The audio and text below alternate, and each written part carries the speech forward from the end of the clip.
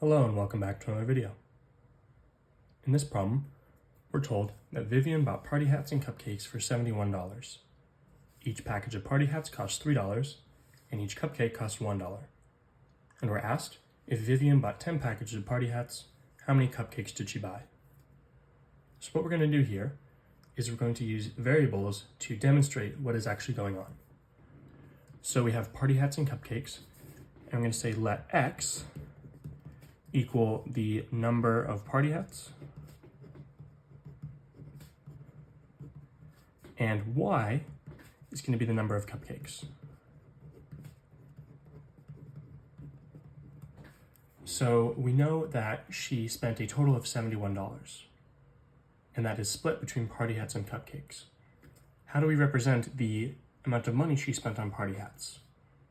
Well, each package costs $3, and we said that we're going to let x equal the number of packages. So the total cost spent on party hats is 3 times x. For example, if she bought 5 packages, she would spend 3 times 5, in total $15 on party hats. So that's going to be 3 times x, or 3x.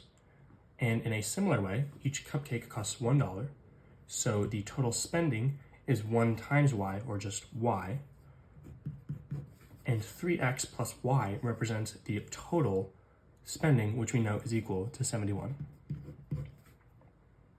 We're also told that Vivian bought 10 packages of party hats, so x is equal to 10.